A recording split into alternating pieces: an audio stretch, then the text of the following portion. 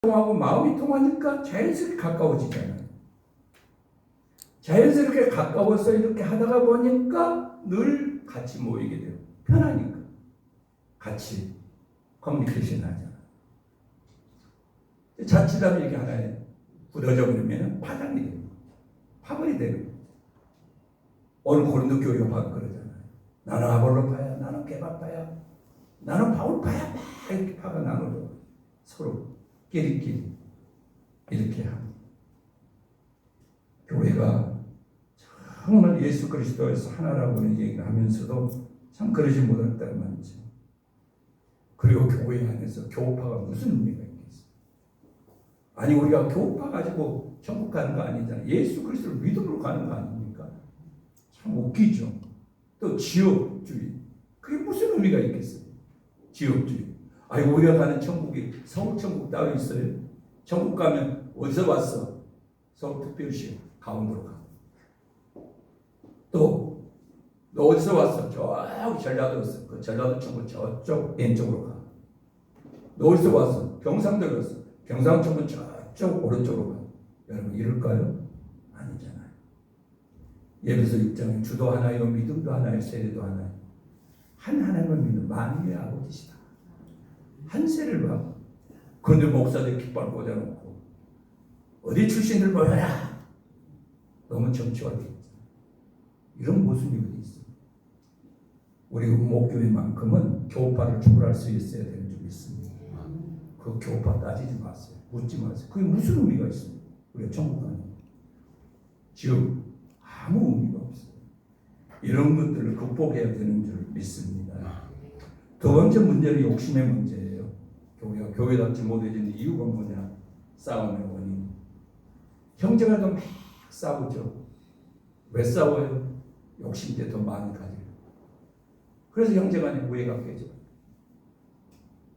지금 전쟁의 중동 전쟁에서 전 세계 몸살을 앓고 있잖아요. 국가 간의 전쟁을 왜 합니까? 욕심 때문에. 영토를 더 많이 차지하고 내가 더 많이 가지고. 세계사적으로 보면 힘을 가졌는데 그 힘을 쓰지 않는 나라가 없어요.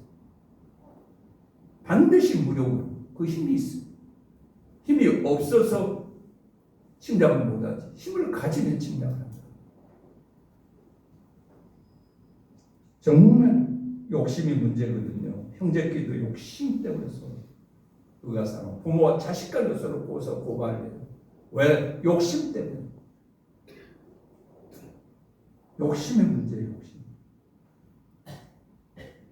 그러면서 창세기 3장 6절에 보면은 선악과에서 먹음직도 하고 보암직도 하고 탐스럽게 하는 유혹을 받는 거죠. 견물생심이죠. 욕심이 생기는 거. 싸움의 원인이 바로 욕심 때문입니다.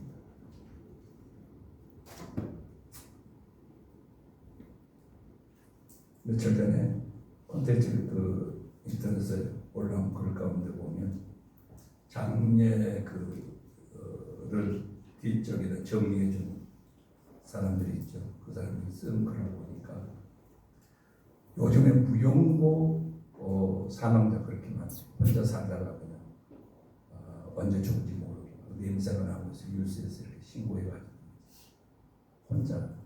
그런데 자식들이 있는데도요, 가족이 있는데도 인수를 안 받는데.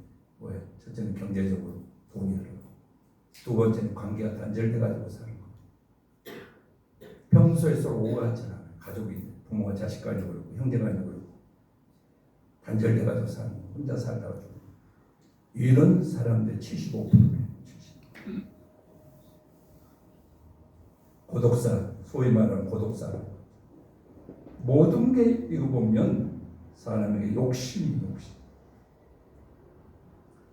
욕심은 본능적 욕구입니다. 사람마다 다 욕심이 있어요. 여러분 욕심 없습니까?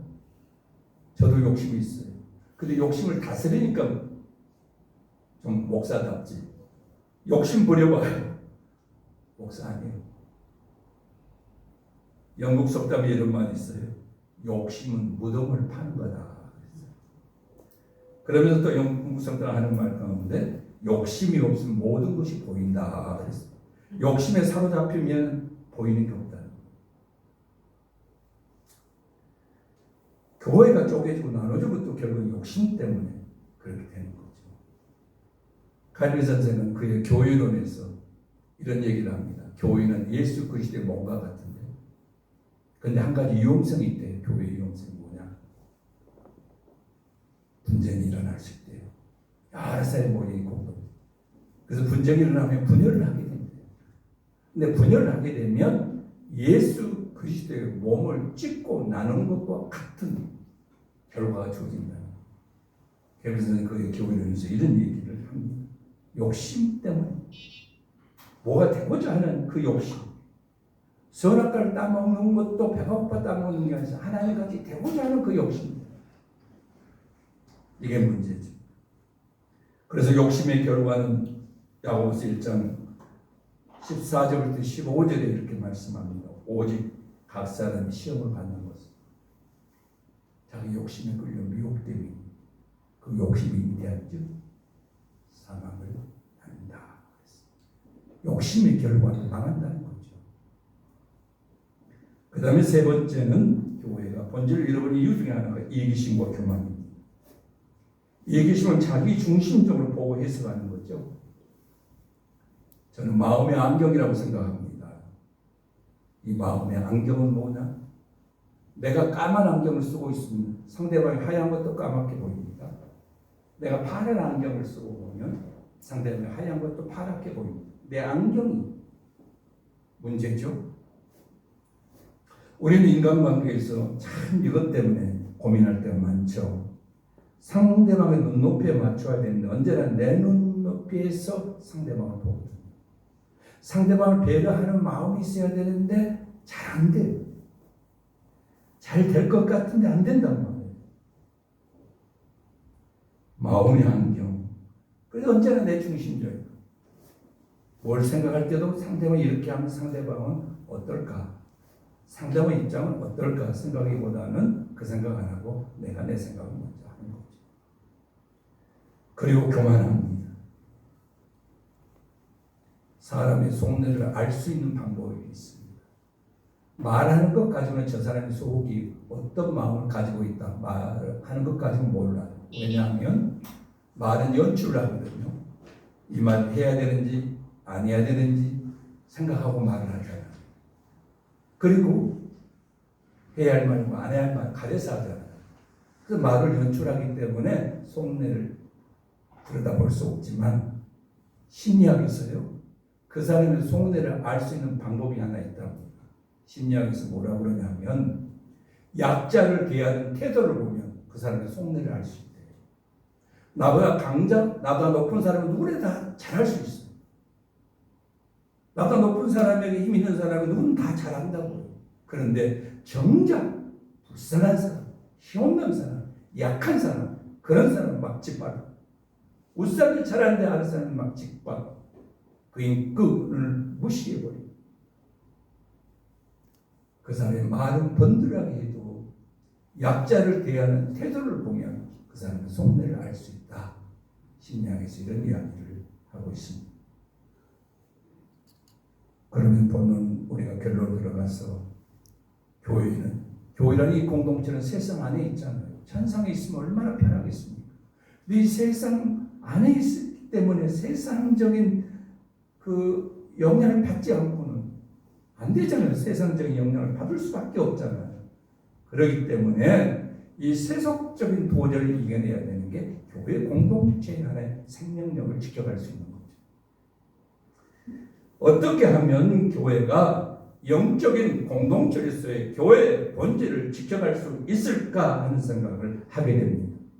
그 방법을 오늘 10절에서 아까 읽었던 건 다시 한번 읽어보겠습니다.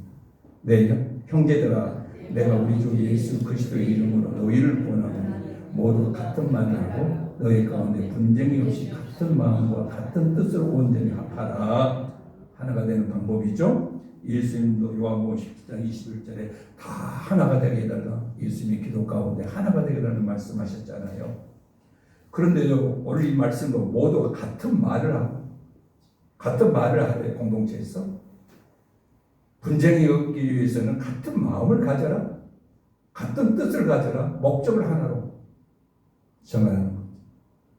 오늘 우리가 정식 식사하러 가는데 이렇쿵 저렇쿵 각자 자기 생각에 따라 말하면 말이 달라지겠지. 근데 뜻을 하나로, 목적을 하나로 목표로 정하는 거지. 근데 어떻게 가능할까요? 실제로 우리가 부부가 살을 맞드는 부부끼리도 마음이 달라가지고 각자 다른 말 하는 경우가 많잖아요. 살을 맞드는 부부라 할지라도 내 마음 가지면 두 가지 마음입니다. 3사람이 모이면 내 마음 가지면 3가지 마음입니다. 10명이 모이면 10가지 마음입니다. 100명이 모이면 100가지 마음입니다. 내 마음 가지면. 각자 달라요. 내 주장은. 그런데 그러면 성경은 우리에게 불가능을 말할까요? 분쟁이 없이 같은 마음과 같은 뜻을 온전히 합하라. 온전히 합하라. 이 온전히 합하라고 하는 말은 헬라어 단어에 어떤 뜻이냐면은 카타르티조라고 하는 이 단어는 의학적 용어입니다. 뼈가 부서졌어요. 근데 정형외과에 갔더니 부서진 뼈를 하나로 이렇게 다 모아서 하나로 묶습니다. 이게 온전히 합한다는 이런 의미가 있다. 각자 마음이 달라요. 생각들이 다르다고요. 생각이 다르니까 다른 말을 해요. 결코 하나가 될 수 없죠. 그런데 성경은 우리에게 이야기합니다. 인간의 생각은 불가능 같은데 그게 아니다는 거죠. 그러면 어떻게 하라는 거죠? 빌립보서 2장 5절의 말씀이 이렇게 얘기합니다. 한번 따라할까요? 너희 안에 이 마음을 품어라. 곧 그리스도 예수의 마음이니. 내 마음 가지면 100명이면 100가지 마음이고 1000명이면 1000가지 마음이지만 나도 너도 모두가 다 예수 마음 가지면 하나가 될 수 있다. 아멘. 100명이 모두 예수